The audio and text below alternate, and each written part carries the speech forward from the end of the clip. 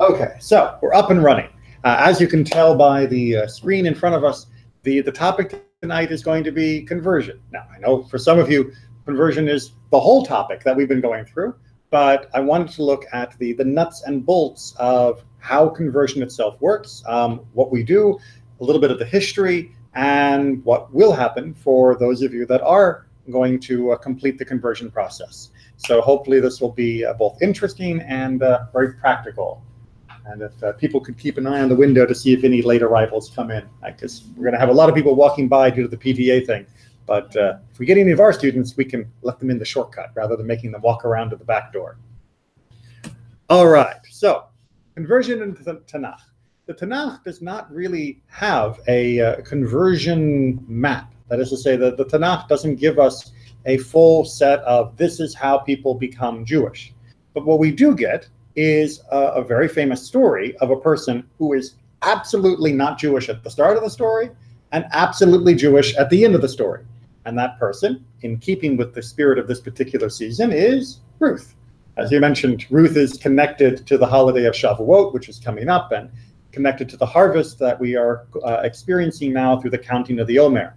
So Ruth is by far the most famous person who converts in Tanakh. And the phrase that she says is considered to be one of the main sources of information of how conversion works.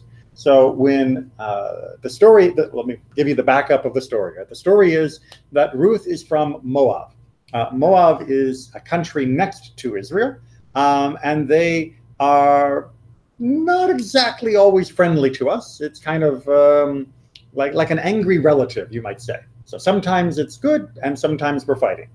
And there was a famine in Israel, and so a woman and her husband moved to Moab to try and be more successful. And while they were there, their sons, their two sons, married two Moabite women. One of them was Orpah, and one of them was Ruth. Orpah, by the way, is the original name that Oprah was supposed to be, but when they wrote her birth certificate, they flipped the letter, and that's how she became Oprah rather than Orpah. It's just a typo. Yeah, I know. And now everybody knows the name Oprah, and nobody knows the name of Orpah, which is kind of sad for her. So Ruth and Orpah, they were married to these two Jewish men, but they were still from Moab. They were not exactly Jewish at that point. The two guys die. The husband of Naomi, the woman who came, he also dies. And now they have to make a decision. Naomi, who was Jewish, who was from Israel, right? She says, there's nothing here for me. Well, why am I going to stay here? My husband's dead. My sons are dead. I've got these two nice daughter-in-laws, but, I've got no more kids to give you. So I'm going home. Goodbye. And the two women say, no, no, no, no, no. We love you so much. We're going to stay with you. And she's like, look, we can go home together, but I don't have any more kids. And even if I had a kid today, you're going to wait for him to grow up. It's better to go home, get married to somebody in Moab, and just, thank you, but no thank you. And so Orpah takes her advice, and she goes back to Moab. But Ruth says, no, do not urge me to leave you, to turn back, and to not follow you. Wherever you go, I will go. Wherever you lodge, where you stay, where you sleep, where you live, I will lodge. Your people shall be my people, and your God, my God. Where you die, I will die, and there I will be buried. Thus and more may the Lord do to me if anything but death parts me from you. It is one of the most amazing statements of connection to Naomi, of course, but to the Jewish people and also to God that we hear out of the mouth of somebody that isn't Jewish at the start of the story. So this has become the template for how we understand conversion, of what a person needs to feel to make that jump to actually convert. The rabbis themselves, the rabbis themselves break apart her speech, and they make it a conversation between her and Naomi, so that each one of her statements is part of that discussion. So Ruth replied, as we just read, do not urge me to leave you. What does urge mean? But the word urge in the Hebrew and the actual phrase here comes from the same root as to hurt. Right? So she's saying, don't hurt me. Right? Don't keep pushing me. Don't hurt me by pushing me away. Meaning that Ruth said to Naomi, do not sin against me by telling me to leave and return from following you. I intend to convert anyway. Right? I'm going to become Jewish one way or another. So stop telling me to go home. And it's better that I do it with you than with someone else. When Naomi heard this, she immediately began to lay out before her the laws of conversion. Naomi said, my daughter, Jewish women do not go to non-Jewish theaters and circuses. Back in the time of the rabbis, when the Midrash was being written, those were big deals for the Romans and people like that. And at those theaters and circuses were all sorts of things that were nasty. We're not talking about going to see Shakespeare here. We're talking about going to see gladiators fighting and people killing each other and animals, you know, all sorts of blood and violence that Jewish people did not want to deal with. And Naomi's saying, look, if you become Jewish, you're going to have to cancel your season tickets to go see those kinds of things. And what does Ruth say? Where you go, I will go. If you don't go to the circuses, I won't go to the circuses. Right? I will follow that rule. Naomi said, my daughter, Jewish women do not live in a house where there is no mezuzah. And Ruth said, where you lodge, I will lodge. If the house is good for you, then I will live there too, right? The same rule for you will be the rule for me. And then the phrase when she goes on to say, your people will be my people, this refers to the warning and punishment, which we'll talk about a little bit more later. And your God shall be my God, this refers to the rest of the mitzvot. So in that one little speech, Ruth is hitting all the major topics that are necessary for somebody to convert. And the rabbis sort of break that open so that we can see all the pieces. But the real takeaway is here, where you go, I will go, means that somebody who converts accepts that they will live exactly the same as somebody who was born Jewish. That there is one law for all of us, right? There isn't rules for people who convert and rules for people who were born Jewish. There is just one Torah, one set of rules, and those are the same for all of us. Make sense? Yeah, but yet there's a distinction that's always made. You know, because for instance, I know I went when I lived in Pennsylvania, I went to Scranton because the mikvah was there. Right. And the attendant said to me, you know, when I moved here, there are a lot of converts here. Okay, so the town was known for being accepting of converts. Okay? Right. And that you're always going to have that over your head no matter what. You will and you won't. Right. So what I'm talking about here right now is about Jewish law. What you're talking about is local community behavior. And unfortunately, the two don't always go together. Just like in the United States, right? Under the law, everybody of every religion and everybody of every skin color is exactly the same under American law. Does that mean that everybody's treated equally by everybody at every store, or everybody who happens to be a policeman, or everybody who is a teacher in a school? No. We know that there are still differences in how people treat each other. But those differences are not in the law. Those differences are in people's behavior, which is a problem, and one that both America has to deal with, and one that Judaism continually has to try and deal with, which is one of the reasons why I talk about this quite a lot, is to try and remind people that there should not be a distinction. And on the whole, we're getting better in many communities. So for example, in our community, there are many, many people who converted. Not all of them are known as people who converted to the vast majority of the other people. There are people who sit next to each other that have both converted, and the other one doesn't know the other one converted. Until they call your name. But how do we call names here at Temple Israel?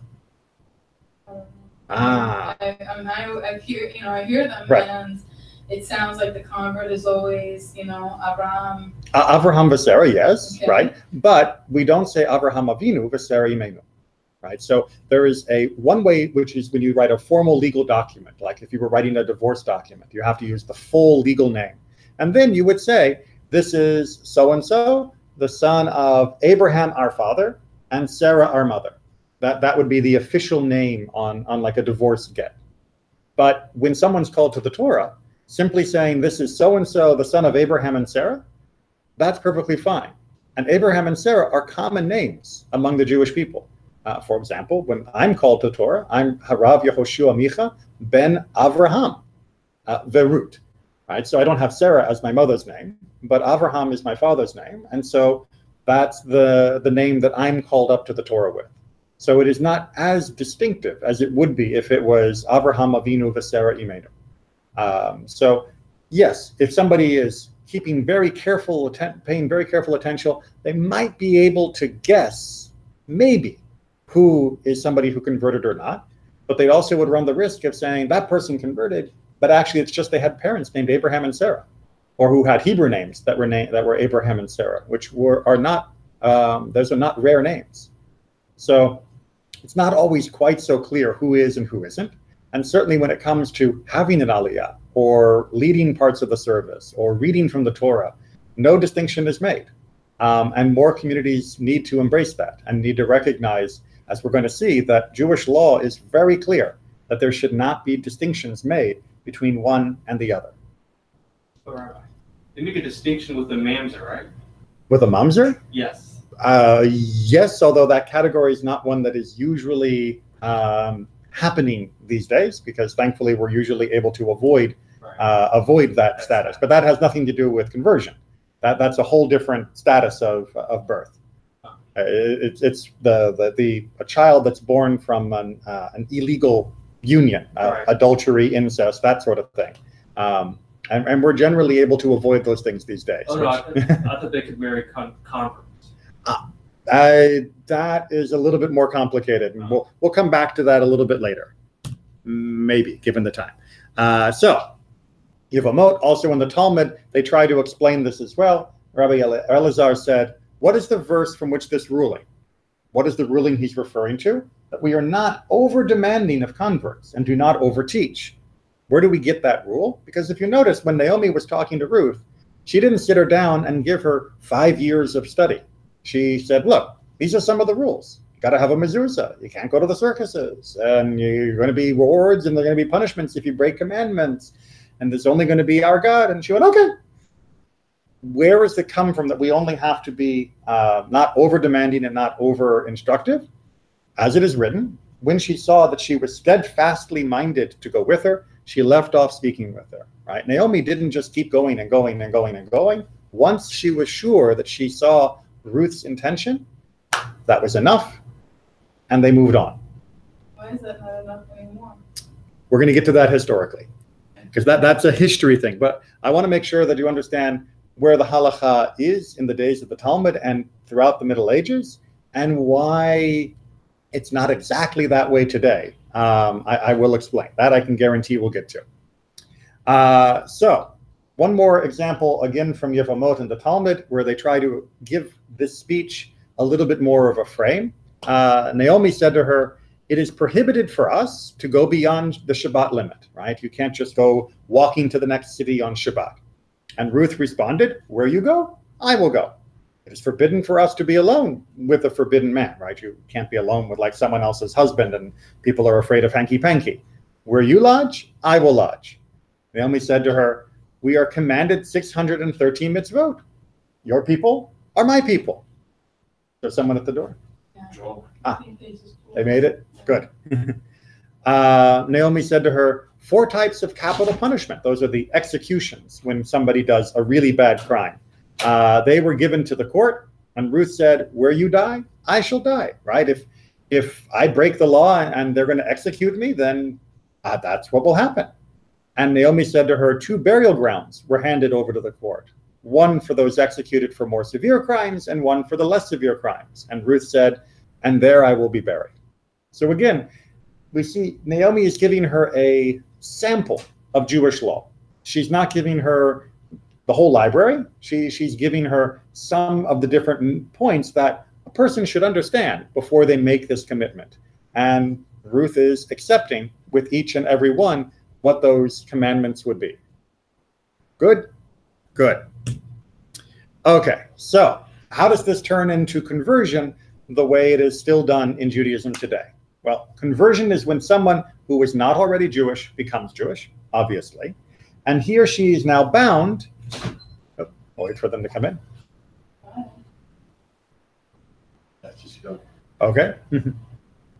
We lost Sigfrido too? Right? Yeah, he's holding up. Ah. We went to get a raffle ticket. Yeah, there you go. He popped into the PTA. I think they were selling kosher hot dogs, you know. Well, that would be nice. I mean, you know what? You can have conditions. Yeah. No, we did. No, they are selling kosher hot dogs, but I mean, I think they're available if you're, hungry. Oh, okay. If you're hungry. Now, I Right. know the hot dogs they're selling are kosher, but I meant if you're hungry, you could go help the school. Once somebody converts, what this means is that they are bound, right? They are obligated to God exclusively, to Torah as the path of their life, and to the Jewish people as an extended family. And we're going to break those pieces up and look at them in more detail. So, what do we mean when we say you are connected to God and only God? Well, a convert has to give up all beliefs and all practices that were connected with another religion. So that means no Christmas if you used to be Christian, no Ramadan if you used to be Muslim, no other holidays that are connected to other people's religions. Whether you're Buddhist, Hindu, or whatever, once you convert, you leave those holidays behind. So somebody who converts, they also, don't take communion anymore. They don't have statues of saints. They don't go to Mecca on Hajj. They don't bow towards Mecca. They don't do any of the other practices. No Christmas trees, no Easter eggs. All of that is gone. And of course, in terms of belief, there's no belief in a Trinity. There's no belief in shrines, no belief in other prophets, and no belief, of course, in other gods. All of that has to be thrown away if somebody is going to become Jewish, because it can only be God that they are focused on as their God. That part, I think, is pretty clear. Most people get it. Makes it makes sense, right? What do we mean by Torah alone? Well, a righteous Gentile, somebody who's not Jewish, can believe in God alone, right? So there are plenty of people who do all of the things on this page, and they don't worship idols, and they're good people and all of that, and that's great. And they can do that their whole life. And Jews will never say anything. We'll say, yes, that's great. Good for you, right? You don't have to be Jewish. Go and be righteous. That's all you need. For a convert to be a convert to Judaism, they can't only accept God then. They have to also accept Torah, because Torah is the unique path of Judaism. Right? You can connect to God without Torah, and that's called being a righteous non-Jew. But if you want to be Jewish, then we connect to God through Torah. That is our path. And that means that the Torah, both the written and oral, are essential to understanding the mitzvot. If we want to know what God wants from us, we have to use what God gave us. And it also means that study and honest debate are necessary to truly understand. You can't just sit alone in your house and read your Bible and think you know everything. You can't just sit alone and read your Talmud and think you know everything. You have to bring it to the table, say, I think this is what it says, I think this is what it means, and engage in that argument, because it's not just God and Torah, it's also the people. Right? Being part of Judaism is being part of the Jews. And that can often be a difficult emotional step. Right? Many people, they are right there with God. Many people are right there with Torah.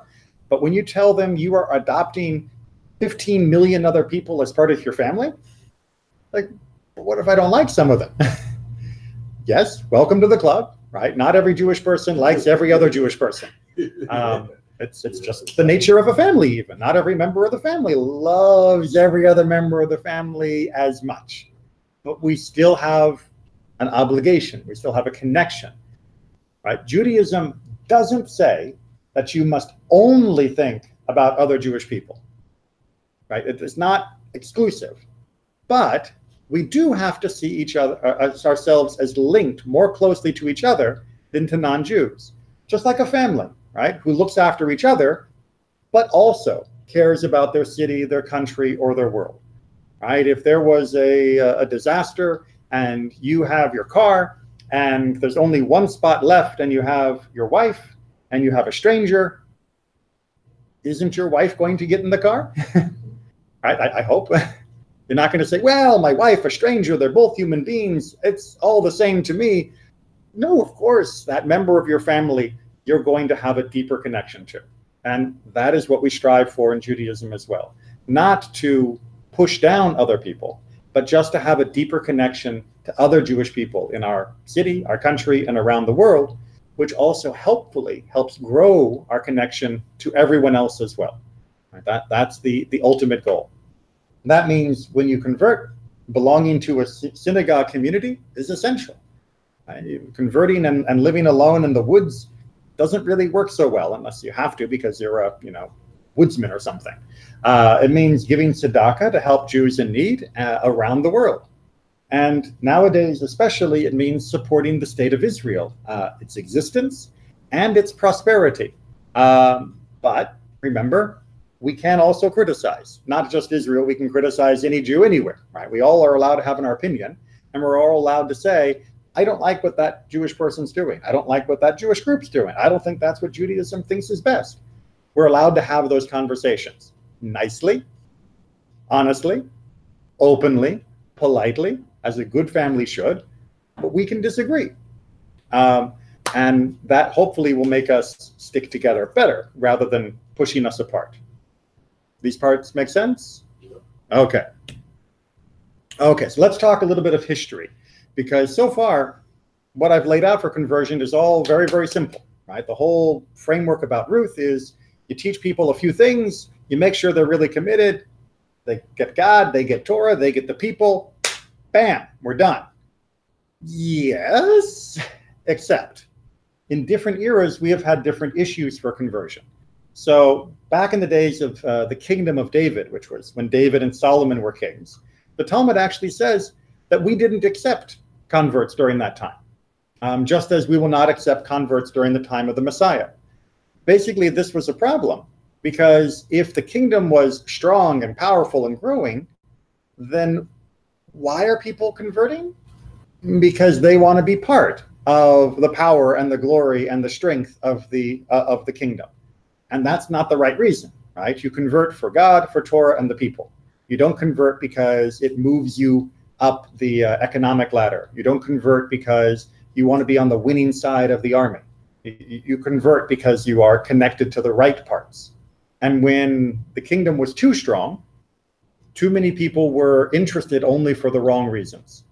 And so they said, look, come back after Solomon has died and the whole kingdom begins to collapse, and then show me that you're still committed, right? Come back when we're not doing so great, when we're a little bit weaker, and then we'll check that commitment. During the Roman period, when we were not so strong, in fact, there were many converts. There are many studies that say that Judaism was one of the fastest growing religions during the Roman Empire, before the great Roman retaliations against us when they attacked and destroyed so much. But Judaism had been going quite well. It was a very popular religion among many people, and it was spread throughout the empire. It was one of our peak moments when people were really attracted to Judaism. It's one of the reasons why Christianity was able to keep going so strong, is we had laid a lot of that groundwork before we got picked on and didn't recover in that open way. During the Middle Ages, on the other hand, both Christian and Muslim countries forbade us from accepting converts, often on the penalty of death. So let's go back, let's say 600 years, and we're living in Germany, and you come to me and you say, Rabbi, I want to be Jewish. And I say to you, shush, shush, shush, shush, shush. You trying to get us killed? Get out of here, right? Go be righteous, but no, absolutely not. And I wouldn't be just trying to push you off. I would be scared to death that you were a spy from the government or from the church, or even if you were honest, that if anyone else found out that I was going to convert you, I could be killed, you could be killed, my family could be killed, the whole town could be ruined. Like all the Jewish people in the town could be punished because we accepted somebody converting. This is one of the reasons why for the last 800 years, at least, depending upon where you live, and some for even longer than that, Jewish communities have been very reluctant to accept converts, very slow in our process, because we are still overcoming those 1,000+ years of that antagonism, that hate, that pressure against us. that we weren't really allowed or supposed to for almost every place we lived. It's loosening up a little bit now, and we're getting a little bit back more towards the Roman times and the way the Talmud discusses it. But those are old habits, and they are very, very hard to break. There are other reasons why it takes a little bit longer now than it used to, and we will cover those as we move forward. Everyone okay on this? Okay. Okay, so nuts and bolts first. How does someone actually become Jewish then? What is the physical process? Well, for someone to convert, they have to be circumcised, if they're a man, which is what we call Brit Milah. And if they have already been medically circumcised, either as an adult or even as a baby, then they still need to have a small drop taken from the place where the circumcision took place, and that's known as a Hatafat Dam Brit. 2, everybody who converts, male and female, have to accept the obligation of the commandment, what we call Ol HaMitzvot. Ol is the Hebrew word for a yoke.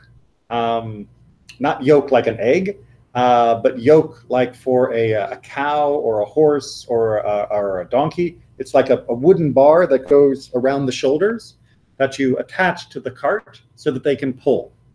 Right? So this is what we mean. This is the symbol of we are taking the commandments and we are putting our strength through the commandments to move the world, right? To change the world, to pull the world. And that means we're putting the reins on, right? God is the driver of the cart, and he is going to steer us. And we accept that. Just The burden. And in Spanish, the yugo. the what? Yugo. The Yugo? Yugo. Like the car from Yugoslavia? No. Right, so it's burden is sometimes used as the term, but burden I think is the wrong translation, first of all, and it's the wrong idea. The idea here is, imagine your cow, and your cow is sitting in the barn, and he comes over to the house, and the cow goes thump, thump, thump on the door. You say, "What do you want, Mr. Cow?" And the cow says, "Well, I'm looking at that field, and that field is empty. How about you put the harness on me, and I'll pull that plow, and together we'll grow the field, and then we'll both have something to eat."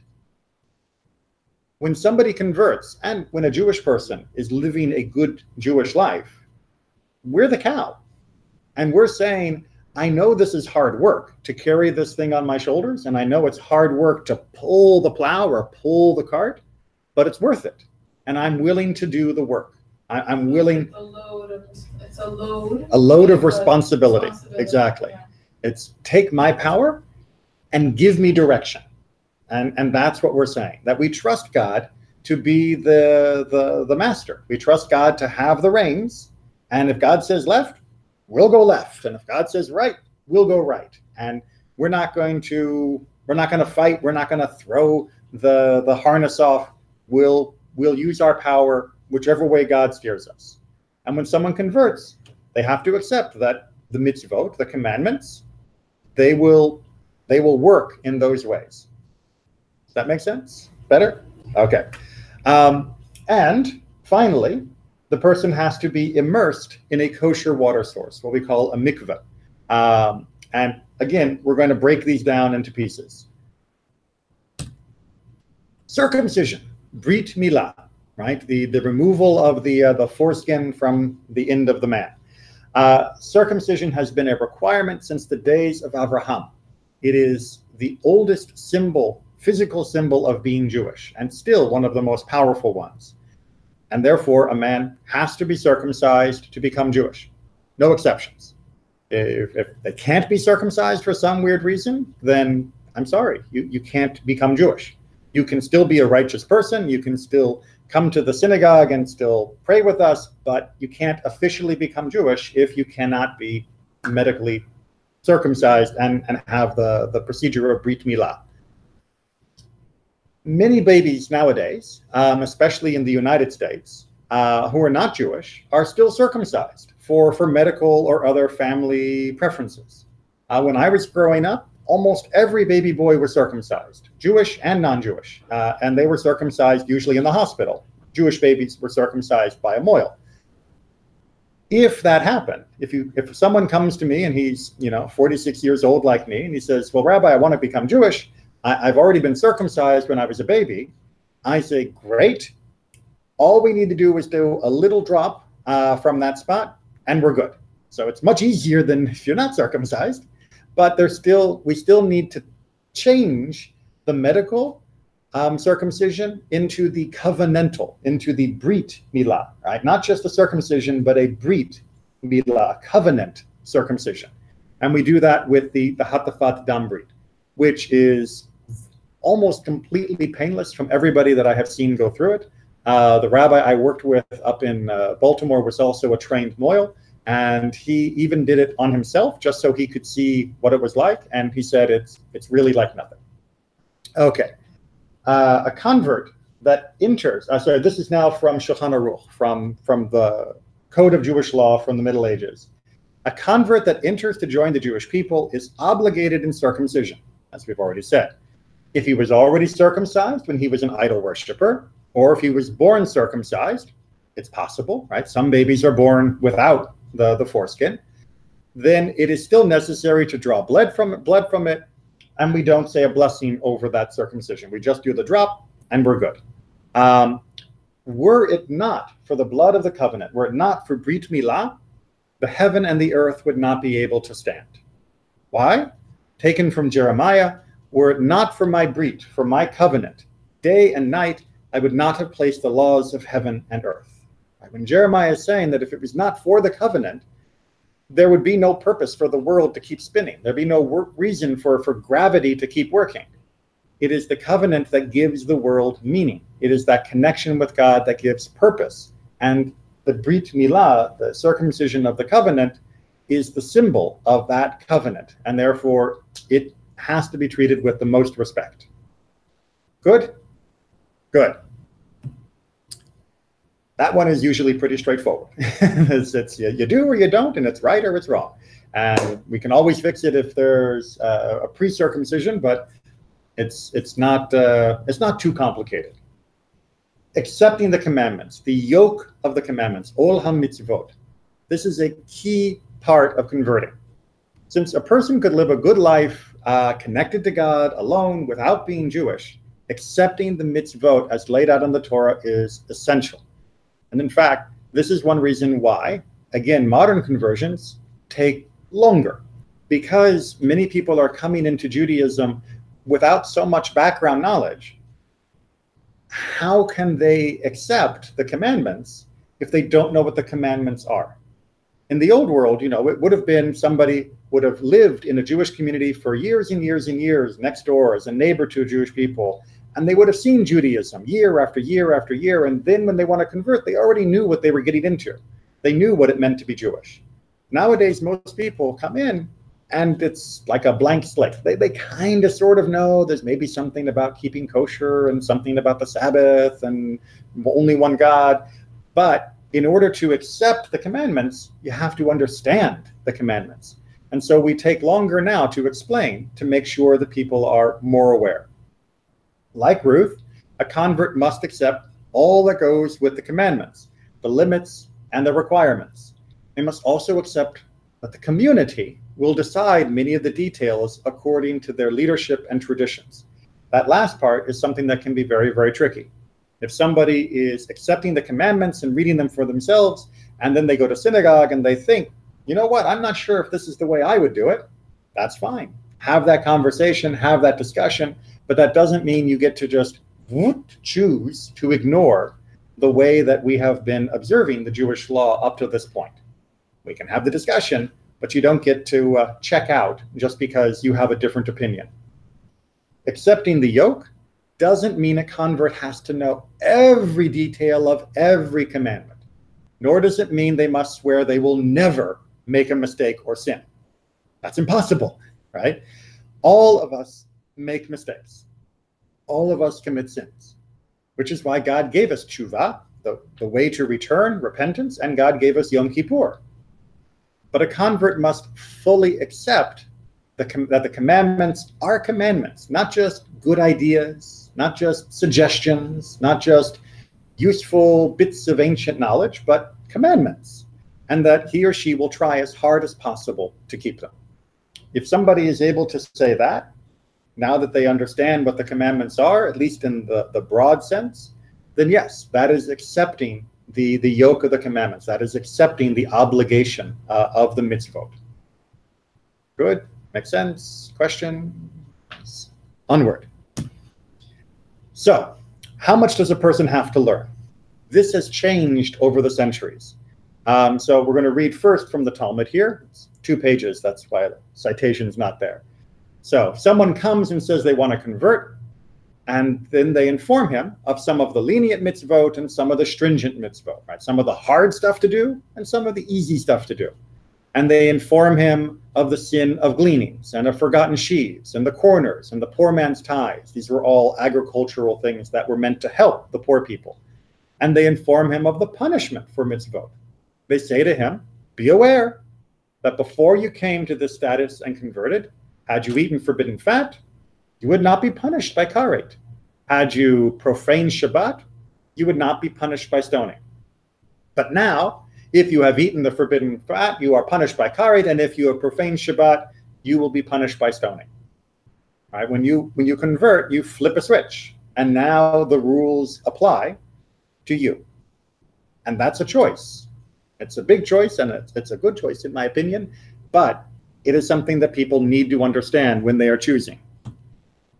And just as they inform him of the punishments for the mitzvot, so too they inform him about the reward granted for him. They say to him, be aware that the world to come is made only for the righteous. And the Jewish people at the present time are unable to receive not an abundance of good, nor an abundance of woe, which means right now, because of the status of the Jewish people in the world, we're not going to be getting great wealth from God when we do good things. We're not going to be getting the horrible things from God because we do horrible things. We're sort of stuck in the middle. And that means you have to know that the real reward will come in the world to come. What we get here is only a tiny bit. So don't expect a big payout because you're becoming Jewish. It's like, oh, I'm Jewish. Now all my crops are going to be really good. It doesn't work like that. And they do not overwhelm him with threats, and they are not exacting with him about the details of the mitzvot. So they don't sit and do a full, 500 question test, and they don't go, you'll be stoned and you'll be flogged and the court will punish you. It's not so heavy-handed. It's clear, it's honest, but it's not overmuch. Make sense? And if he accepts then upon himself all of these ramifications, then they circumcise him immediately. There's a couple more citations if you're interested in looking up from other sources that talk about what happens if somebody converts and they know they can't do all the mitzvot yet. Maybe they haven't been able to change their job yet to get Shabbat off. Maybe they are still obligated to some family relationship that they can't quite get out of yet, and they're going to have to go to the barbecue, and they know they're not going to be serving something that they can eat there. It's only non-kosher meat. That's not even a potato chip to eat. Even if you know that you're still going to make those mistakes, a person can still convert, and the conversion is still a valid conversion. Doesn't mean we're happy. It doesn't mean the person should be comfortable. It means you should still be working to get rid of those problems, but you have to still accept that they are problems, right? You can't accept the commandments with reservations. You can't say, I agree with all 612 commandments, but not that one. That one I don't think is a commandment. That doesn't work. But if you say, that one is still very hard for me, and I know I'm still going to be making mistakes with it, yes, a person can still convert, as long as you recognize it is a commandment. One example from this whole week's Torah discussion is the idea of lashon hara, of gossiping. If everybody had to swear that they would never, ever gossip ever again for their whole life, nobody could ever convert. Because I guarantee everybody here will sometime slip and say, did you hear that so-and-so? And they may even mean it for good reasons, but they're going to trip at some point on that. And you could never say that you won't. It's just, it has to happen between now and the grave. You will gossip at least one more time. But that doesn't mean the conversion was wrong. It doesn't mean the person was lying when they accepted the commandments. They accept the commandment that lashon hara, that gossip is wrong. And God also accepts that we're going to continue to make mistakes. And that's the deal. Right? That's the partnership between the cow and the farmer. Remember, we're the cow. Good? Okay. So, pushing off. In the Talmud, it describes this, that when someone shows up, since good people, this part here, since good people who are not Jewish are still called righteous, we are not in the business of going out and bringing people in. You may have noticed, you don't see Jewish people in airports handing out pamphlets. You don't see Jewish people knocking on all the doors saying, would you like to become Jewish? We don't do that, because as long as a person is righteous, we're happy. And we don't need to make them Jewish. We don't need to save them or convert them or force them to be like us. If they're good, we're good. In fact, we try to test the commitment of candidates by gently pushing back. Right? You may notice that I don't run around to all of your houses and invite you over to the shul every single week. I don't, keep attendance to try and make sure that you're always here. Right at the beginning to get you used to it, yeah, but I'm not going to keep doing that because you've got to keep doing it. And if your commitment is good, you'll keep coming. And the sages, they went a little further, right? When somebody would come to convert, they would say, at the present time, what did you see that you've come to convert? Why are you doing this? They would ask. Don't you know that the Jewish people at the present, we are anguished, we are suppressed, we are despised, we are harassed, and the hardships are visited upon them, right? Have you not seen what the Romans are doing to us? Right? They're murdering us, and our rabbis are being butchered in the Colosseums, and our farms are being taxed, and we are pushed out of one town and made to go to another town. Are you crazy? You want to be Jewish? If the person says, yes, I know, and I am unworthy, then they accept him immediately. Right? If the person says, yeah, I know that Jewish people are being treated badly, and I'm still not worthy of being Jewish, but I would still want to be, then sign on the dotted line, right? That's all we need to hear. That's a statement of commitment, that you're willing to become Jewish despite all of the problems that Jewish people have. It is a very important step in somebody to come into Judaism. Like I've said so many times throughout the class, but so many times just tonight, a person doesn't have to become Jewish to have a good relationship with God. And in fact, becoming Jewish can sometimes make that relationship harder, but it can definitely make the relationship with other people around you harder.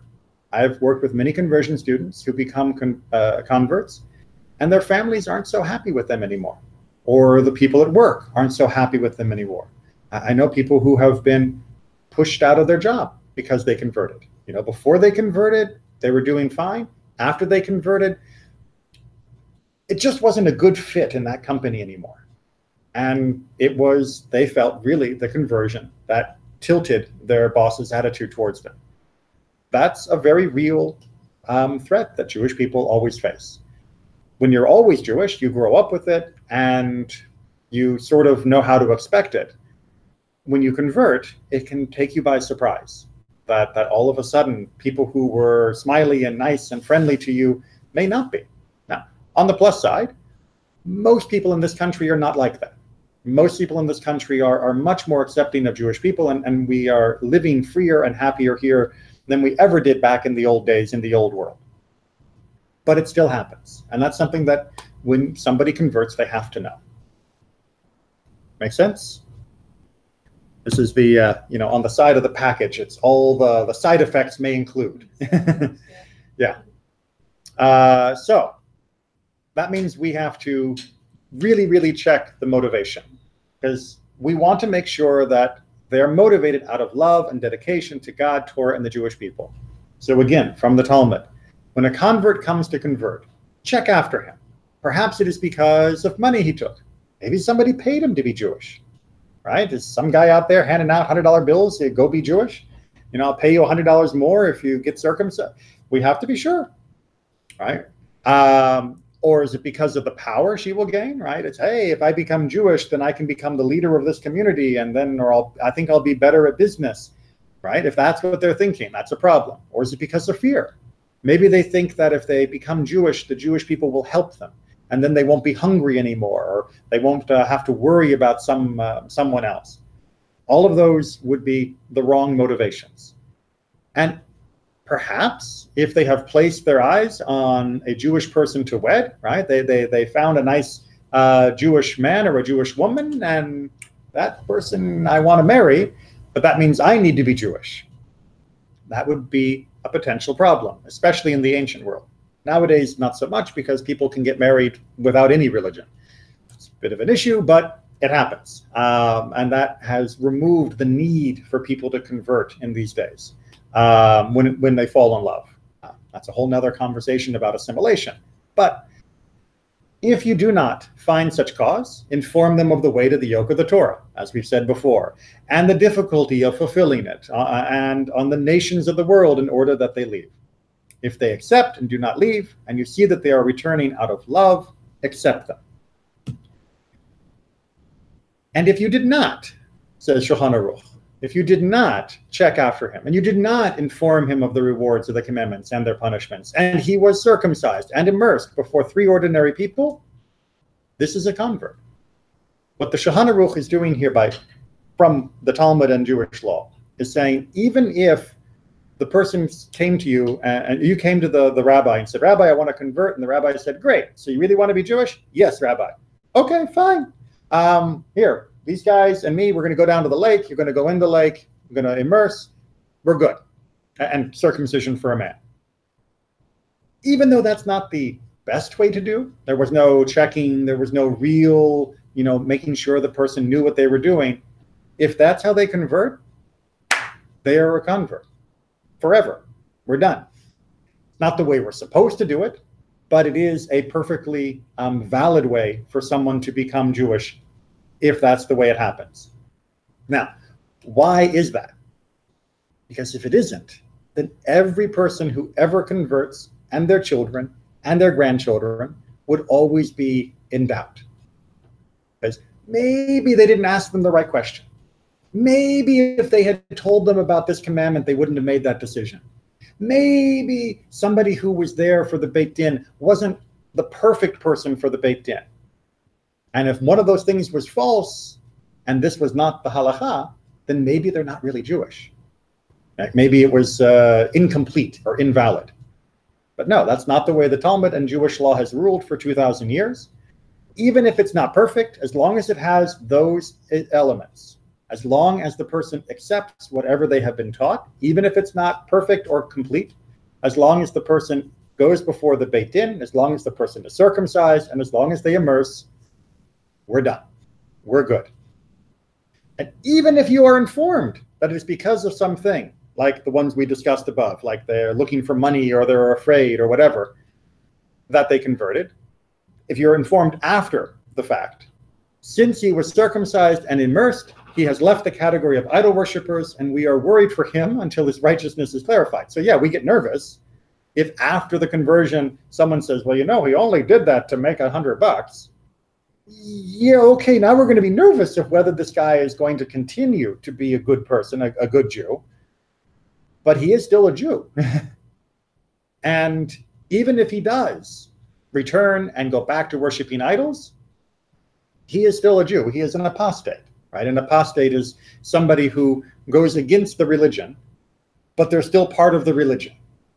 So we wouldn't say he was a good Jew if he's back bowing to idols, but we also would still say he's a Jew.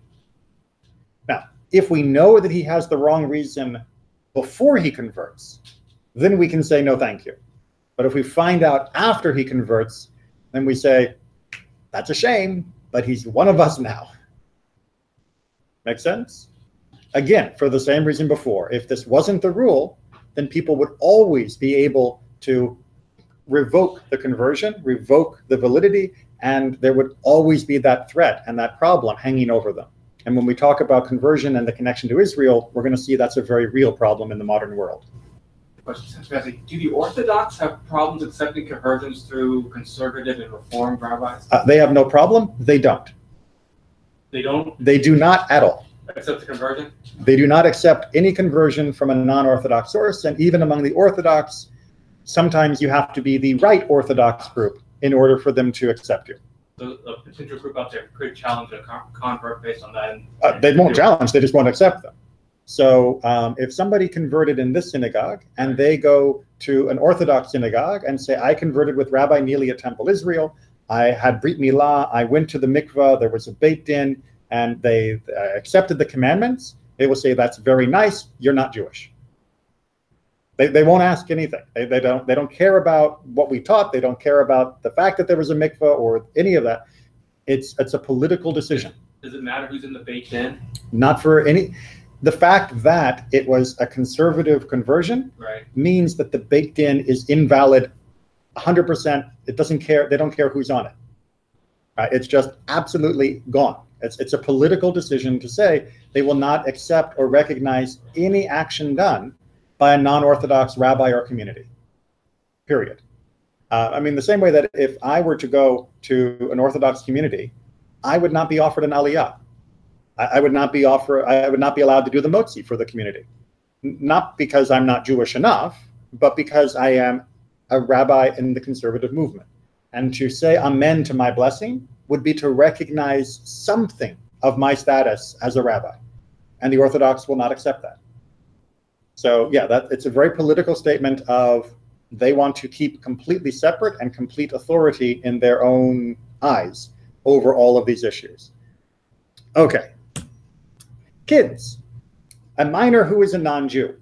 If he has a father, the father can convert him, or his mother, because it's a merit to him. And we can give merit to him outside of his choice. So even if the kid's like, I don't want to be Jewish, you're 5 years old, you're going to be Jewish because it's good for you.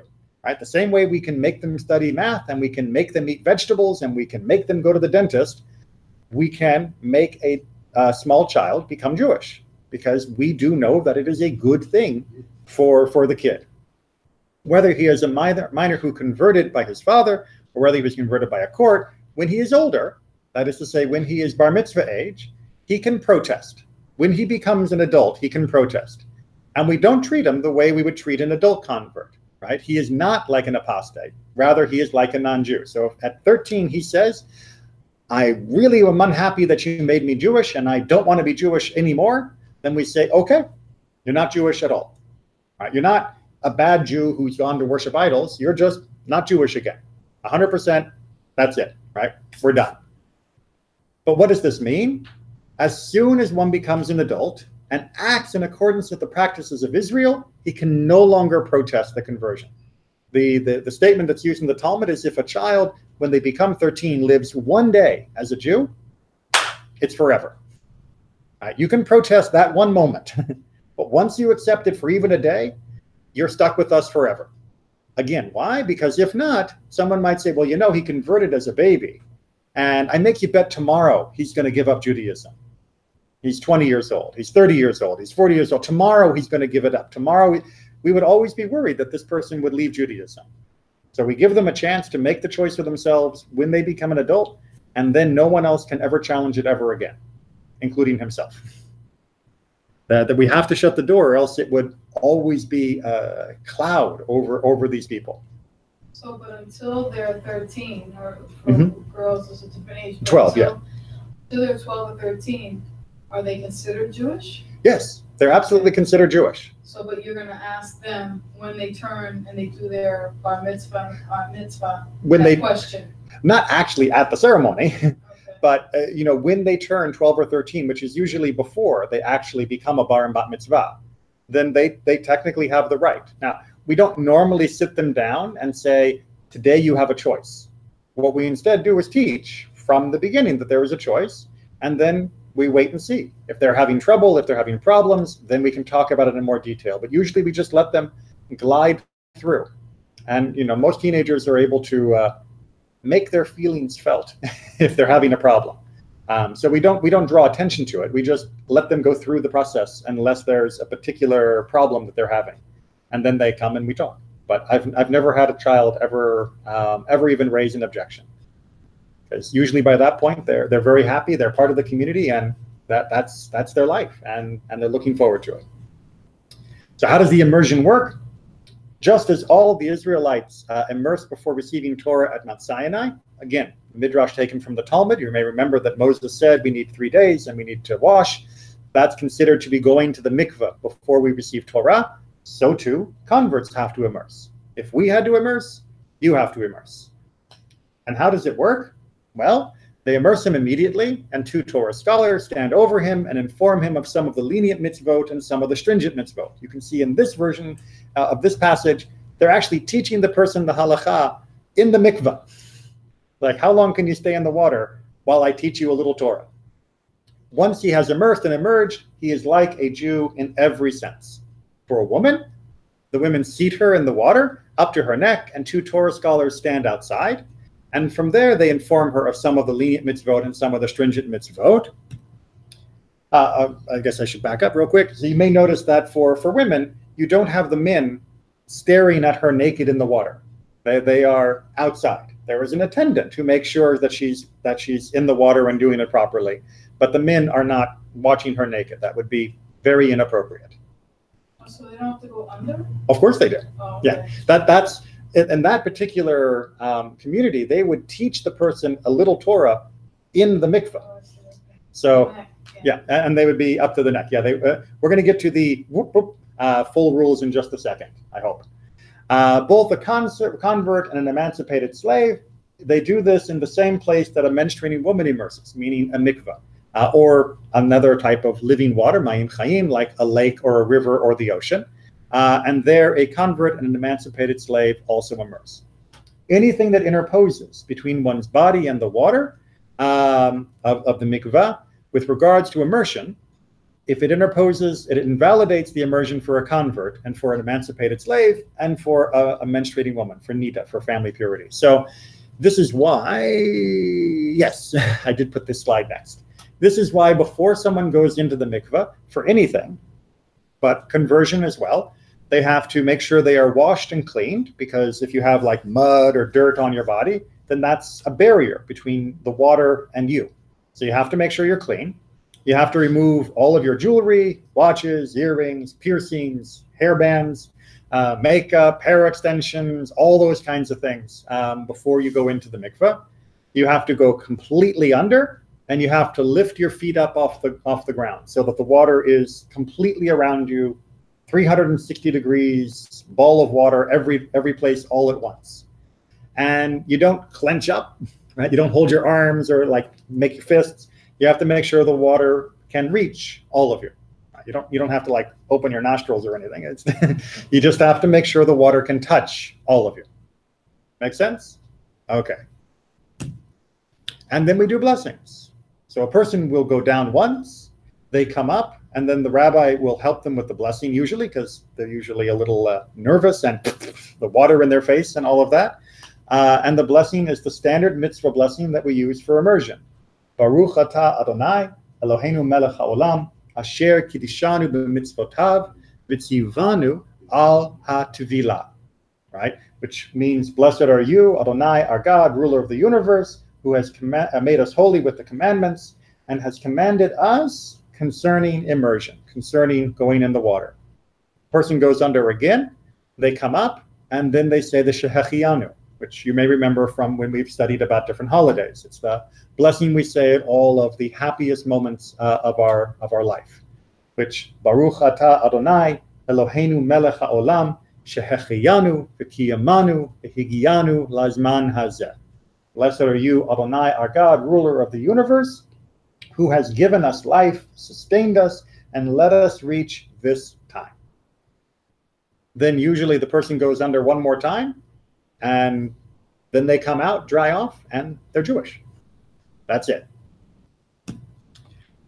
Did I put this in twice? I put that in twice. How did I do that? Okay, so status. A convert is equal in all ways to a native-born Jew, and they have the same rights and the same responsibilities. There is only one distinction, which is mentioned in the Torah, which is that a Kohen does not marry somebody who converts. This is because in the ancient world, women who grew up in the non-Jewish societies were expected to be available for fun from men. The women were not very careful with their sexual favors in those communities. And so for the Kohanim couldn't be with a woman who had been so wild and so wicked when she was not Jewish. Nowadays, when we don't have that worry around us, well, not any more than our own Jewish community, since 1961, the conservative movement has said that, yes, a Kohen can marry somebody who converts. And that was, again, reaffirmed in 1996. So we will do weddings between a Kohen and somebody who converts in the modern world. But in the ancient world, because of that culture, we did not. That was the only difference that was of significance in the status. Let's talk about Israel. We're running out of time. So the status of Israel, a status of converts in Israel is complicated. If someone converts outside of Israel, because all conversions in Israel are only done through the strictest Orthodox Rabbanut method, but if it happens outside of Israel, we have a yes and no problem. Yes, they will be eligible for Aliyah. So somebody who converts here in Temple Israel or in a Reform synagogue or Reconstructionist synagogue or Orthodox synagogue in the United States, if they want to make Aliyah, if they want to go to live in Israel, they are allowed to go and live in Israel. And they will be accepted, usually with more paperwork and longer questions and more bureaucracy from the government, but they will be accepted. However, they will not, almost always, be registered as Jewish by the government. So they will be allowed to live in Israel, they pay taxes, they can work, they can do all those things, but they cannot be officially marked as Jewish, because the Rabbanut, which is the state rabbinic courts, they will reject almost everybody who is converted outside of Israel, even the people who are converted by Orthodox rabbis. They are not very open to conversions at all. So this ends up with a very weird position. So somebody who converts here can live in Israel, they can serve in the army, they can't be buried in a Jewish cemetery. Even if they're killed in that army's situation, which is really sad. It's incredibly sad. And they can't get married to somebody who's Jewish in Israel because the state court, the Rabbanut, won't allow them to get married. They can't adopt children if they want to adopt children because they only allow adoption of families that are approved as Jewish for adoption. So it is a huge, huge problem and tension. And that could change anytime because it's a political decision. This has nothing to do with halakha and Jewish law, as you saw. This has everything to do with the power of the different political parties. And it could be next week, although I doubt it, but it could be next week that they change everything. They could make everything much worse for converts, and they could make everything much better for converts. It could happen anytime, because this is just a political compromise, and politics can always change. Okay, one more thing on status to finish on a hopefully happier note. So this is a midrash from Bamidbar. It's reminding us that God greatly loves the proselytes. Proselytes is the fancy word for converts. To what can we compare this? To a king who had a flock. He's got his sheep and goats, and one day a deer comes into the flock. And the deer joins the goats, and he grazes with them, and the king is told, a deer has joined the flock, and it's eating and grazing with them every day. And the king loves the deer. And when he went out in the field, the king gave orders. Let him have as good pasture as he likes. Make sure no one hurts him. Make sure that everyone takes care of him. And the servants who are looking after the flock say, Master, you have so many rams, so many sheep, and you never say to us anything about them. But with the deer, you're giving us these extra rules and telling us to take good care of them? And the king says to them, the sheep, whether they want to or not, this is their way, right? They have to graze in the field all day. This is where they were born. This is their nature. The deer sleep in the desert, right, in the wilderness. And it is not their way to come into human settlements. They don't come to human towns. Should we not be grateful? Shouldn't we be thankful that this one, who gave up that whole wilderness and wide desert, has chosen to live here where the animals live and has come to be in our yard? Similarly, should we not be grateful to the proselyte, the convert, who abandoned his family, his father's house, and left his people and all the peoples of the world and came to be with us? This is one explanation why the Torah says in 6 different places that we must love and protect those who convert, that we must try to ensure that they will be happy and welcome within our communities, because we know that they had a choice. And when they have come, that is seen as a beautiful blessing and something that should be celebrated. Okay? Okay. With that, I'll bid you a good evening.